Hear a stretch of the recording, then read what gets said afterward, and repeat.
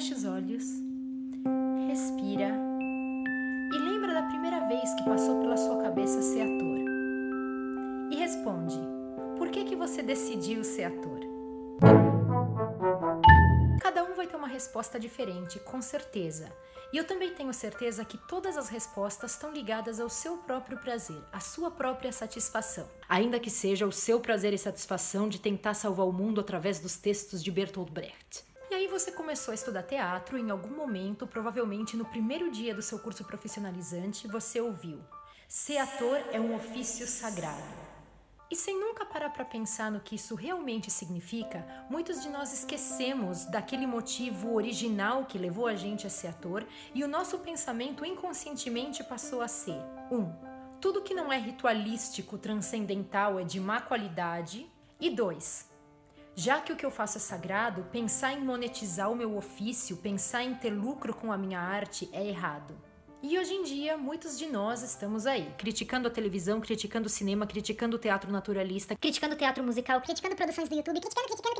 E passando fome esperando que o governo, através de um dos 2 ou 3 únicos programas de incentivo que ele tem, dinheiro pra gente fazer a nossa pesquisa ritualística e transcendental, porque se o dinheiro vem do governo de uma certa forma, ele é menos sujo do que se a gente tentar conseguir ele através de uma empresa capitalista e, portanto, é só assim que a gente tá fazendo arte de verdade. Ou então a gente acha que a única saída é procurar uma agência de atores e modelos para fazer algum comercial e a gente vai se sentir mal com isso, sujo, pensando que a gente tá se vendendo. Mas bom, primeiro que conseguir o comercial também não é uma coisa que é só decidir que você consegue, né? E segundo que muitas dessas pessoas que pensam isso também vão se sentir mal mesmo que conseguirem pegar o comercial. A gente deixa de fazer o que gosta e a gente deixa de gostar do que faz por causa daquela frase que falam pra gente no primeiro dia de aula do curso profissionalizante que ninguém colocou em contexto. Para começar, por que é que falam que ser ator é sagrado? Para responder essa pergunta, você precisa antes responder: como foi que surgiu o primeiro ator?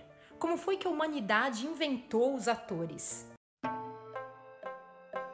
Há milhares de anos atrás, as cerimônias tribais eram feitas em conjunto, por todo mundo. Então todo mundo se reunia em roda, sei lá, e fazia as danças, fazia os rituais. Isso aconteceu até a Grécia Antiga, quando grupos de cantores cantavam ditirambos, que eram músicas que contavam as histórias de mitologia grega. Aí um belo dia, um cara chamado Téspis teve uma ideia.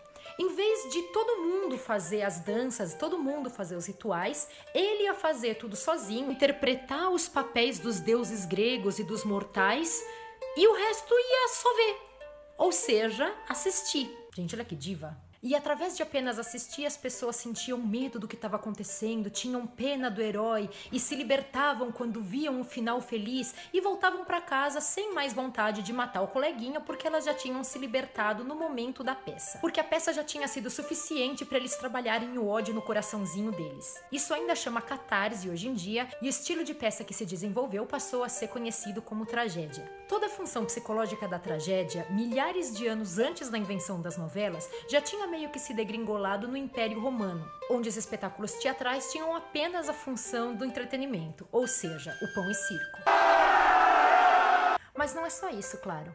Desde que o tal Téspis resolveu dar um passo à frente e se apresentar para os outros assistirem, várias pessoas foram se profissionalizando não só para gerar entretenimento para os outros, mas também para provocar o pensamento crítico sobre o que estava acontecendo à volta deles e questionar certos valores da sociedade.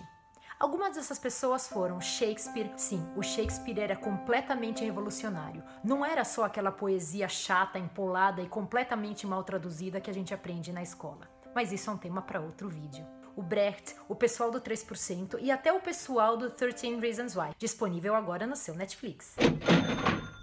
O sagrado da questão parou de ser sagrado justamente quando entrou o ator. Entrou o ator, acabou o sagrado. Um ator tem um papel importante na sociedade? Importantíssimo. Mas sagrado?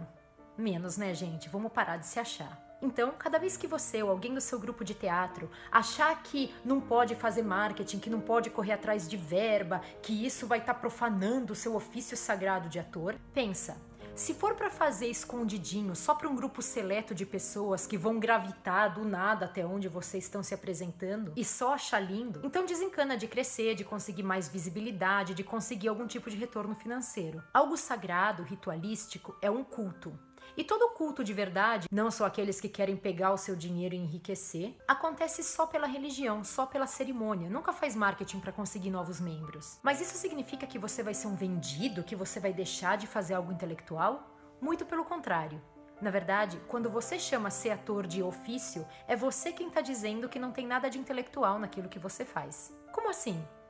Lembra que eu falei que desde que o Thespis resolveu se apresentar, muitas pessoas começaram a se especializar em só fazer isso? Então, por exemplo, assim como tinha a pessoa que consertava sapatos, a pessoa que fazia roupas, a pessoa que fazia o pão, também tinha gente que escrevia e apresentava peças para entreter o vilarejo, porque naquela época não tinha nem Netflix, nem YouTube. Nem televisão e nem cinema. A real definição de ofício e a definição de ofício para ator vem da época medieval, em que a pessoa aprendia com um mestre, ou seja, o cara experiente, e já começava a trabalhar. Tinha ofício de padeiro, ofício de sapateiro, e o ofício de ator não era diferente. Era só um conjunto de técnicas para ir lá entreter o vilarejo em troca de umas moedas. Era o sustento daquelas pessoas, tanto quanto consertar e fazer sapatos era o sustento do sapateiro. A palavra ofício que faz, na verdade, é destituir a atividade do ator de qualquer valor intelectual. Louco, né? Um médico ou um juiz não tinham ofício. Ofício era algo de menor escalão intelectual na sociedade. E na Idade Média, como pensar era pecado, porque se a população pensasse ia lá querer matar os reis, os nobres, todas as pessoas que estavam extorquindo dinheiro e explorando os pobres coitados dos cidadãos comuns, era muito conveniente dizer que ser médico, juiz ou matemático era algo intelectual, mas ser ator não era. Eu espero que essa perspectiva ajude a você a enxergar a sua profissão e o estigma do ofício de ator de outra forma. E que a gente continue fazendo contatos e tirando as nossas ideias do papel e colocando elas em prática e sim, indo atrás de dinheiro porque na nossa sociedade a gente precisa. Um beijo, até o próximo vídeo.